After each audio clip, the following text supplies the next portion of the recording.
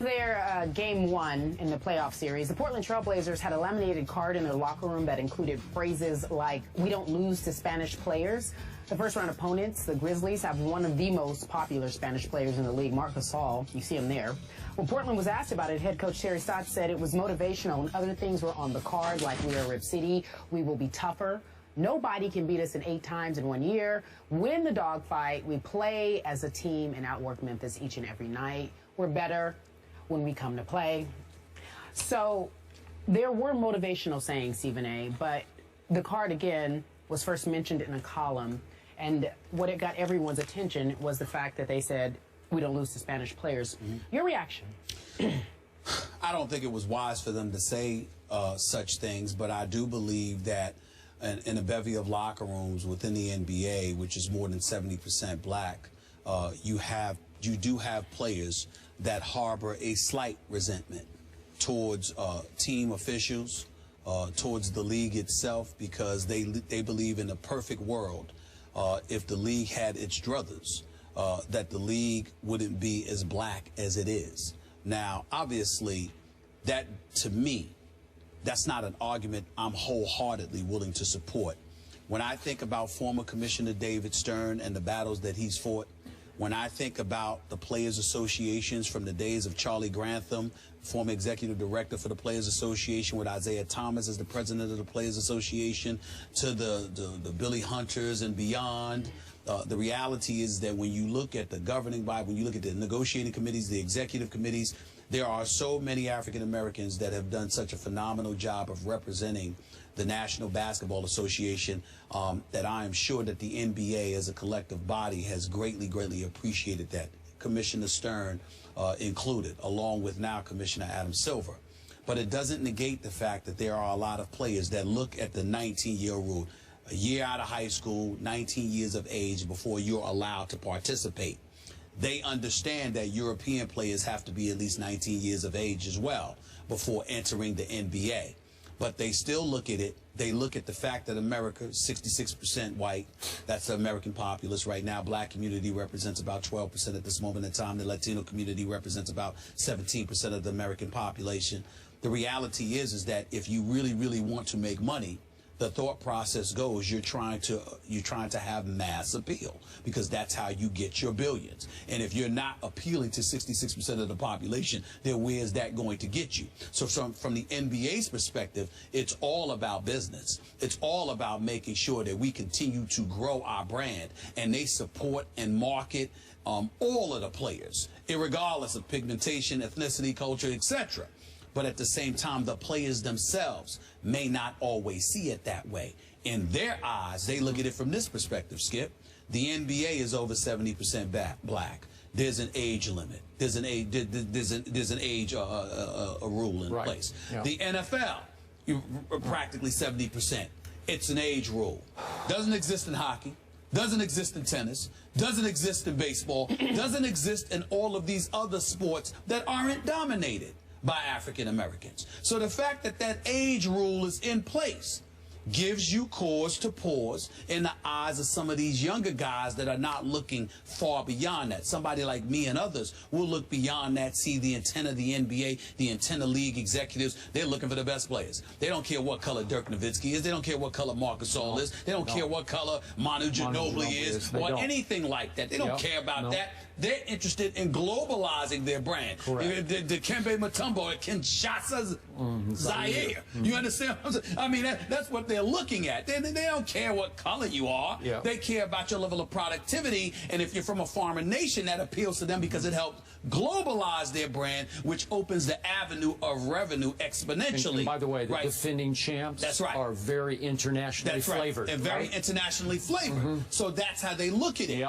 But if you are a black player, the reason why you think a tad bit differently, at least from time to time, is because of that age restriction. Because you're noticing that it only exists in the sports predominantly. Okay, help me out on that one. You lose me on the age restriction as it applies to black and white. No. What it's saying is, in other words, we've talked about Major League Baseball. What's the percentage of black players in Major League Baseball? It's like at 7%, 7.8%, if I remember correctly. Tennis, hockey. In other words, in other sports that are not predominantly black, you don't have an age restriction. But obviously in the revenue-generated sports, which happen to be dominated by African-American players, basketball and football, it exists there. So that you have black players wondering in college, right? But you can argue that's just to keep players of whatever color in college. That's true. So that they can grade them better. They can rank them better for their drafts. Absolutely, we look at it that way, and that's the argument that they would make.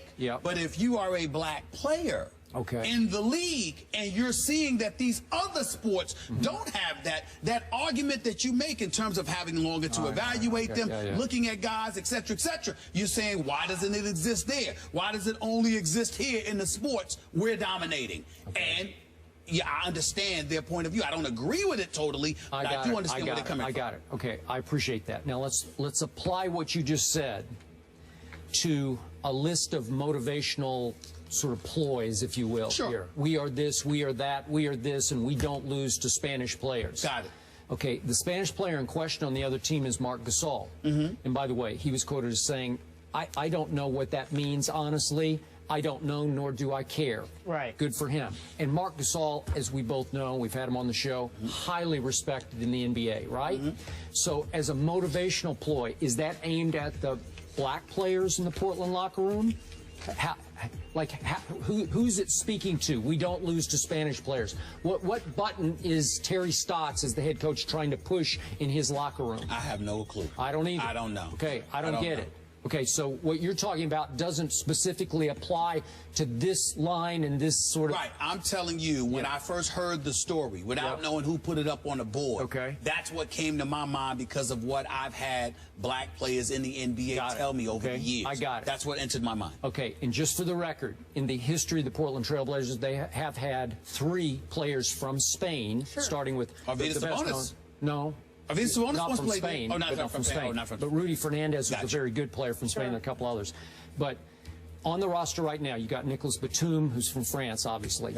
You have a Chris Kaman, who's a white player, obviously, but he played for the German national team because he has German roots. Okay, he grew up in the United States. Steve Blake, obviously, is a white player. Just because we brought this up, just for the record. And there's that Joel Freeland, who I'm not that familiar with, but he's from England, didn't make the playoff roster, but is on the bigger roster. Okay, so what is going on here? Because Terry Stott said yesterday that the Spanish thing was a little lighthearted. I don't know how. It was the things we needed to do to win the series. Okay, now remember, just in complete fairness here, after Wes Matthews went down, the Portland Trail Blazers went way down because they went 10-12 in their last 22 games. So they are reeling right now. They obviously lost game 1. These motivational ploys did not work. So he is a little desperate here. He's reaching. He's trying to push buttons all over the place in his locker room.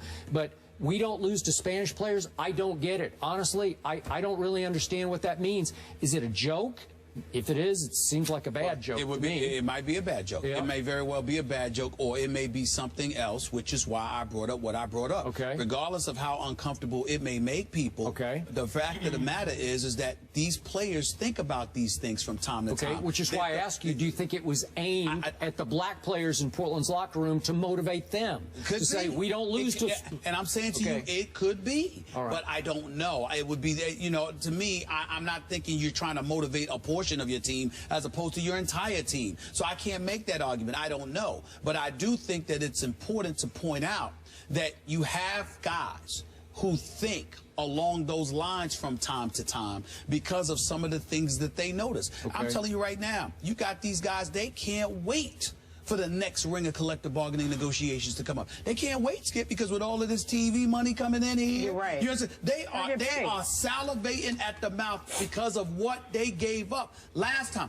What they gave up last time was in excess of $900 million a year. They lost a lot of money by giving up 57% of basketball-related income and having that dwindle down to 50%. These guys are paying attention to this kind of stuff, and they're looking at owners in the league league itself, the money that they're making. They're looking at a Baltimore giving the $2 million to the Sterlings to get the Clippers. They're looking at all of these things, and they're saying, okay, now you're trying to come up with an age limit. Why? Because the age limit buys additional time. Skip, if I get to hold off on you coming into the league for as late as possible. You got to remember the whole Spencer Haywood case from where the Supreme Court ruled in favor of him in 1971. They wanted, at the time the NBA was mandating that you stay in, you go through 4 years of college. I agree. And then make yourself eligible. He said, the hell with that. I should be allowed to leave earlier. He won the case, and one of the things that sickens him to this day is the fact that he doesn't get enough recognition because there was no LeBron James, Kobe, Jermaine O'Neal, Kevin Garnett, or anybody else if it wasn't for the Spencer Haywood case. But now you've got to find a way to circumvent that because you collectively bargain it. You included in the collective bargaining negotiations that allows you to circumvent a Supreme Court ruling. I agree. And they pay attention to this stuff. I've said on the show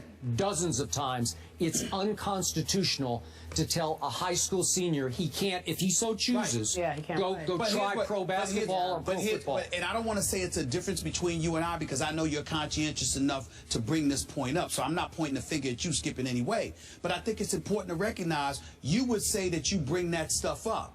And I'm telling you what they think because it's up. So in other words, I'm saying, this is how they're thinking. They're noticing the discrepancy between football, basketball, baseball, and hockey. Fine.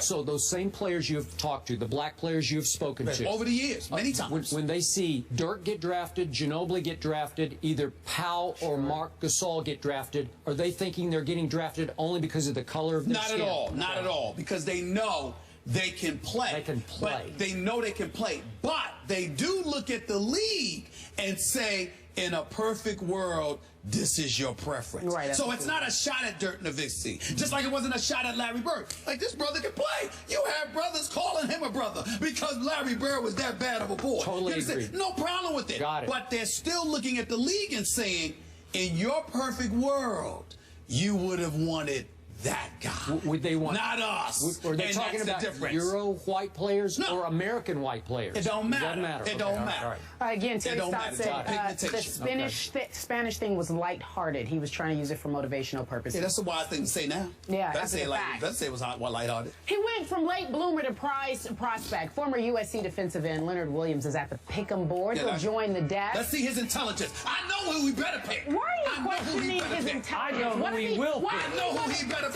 Time out. Leonard, if you want to pick Manny, don't feel pressure, okay? You know better than listening to Kerry. Be smart. Be courageous. Be smart. Make your pick. Am I making my pick now? All right. I know I see a lot of people on Mayweather's side, but I'm going to go with Pacquiao. That's what I'm saying. You're a smart young man. He'll join the desk after the break. He's not getting drafted. Get on over here. He's not getting drafted. Get on over here. I'm going for the underdog. He's not getting drafted. He's going to be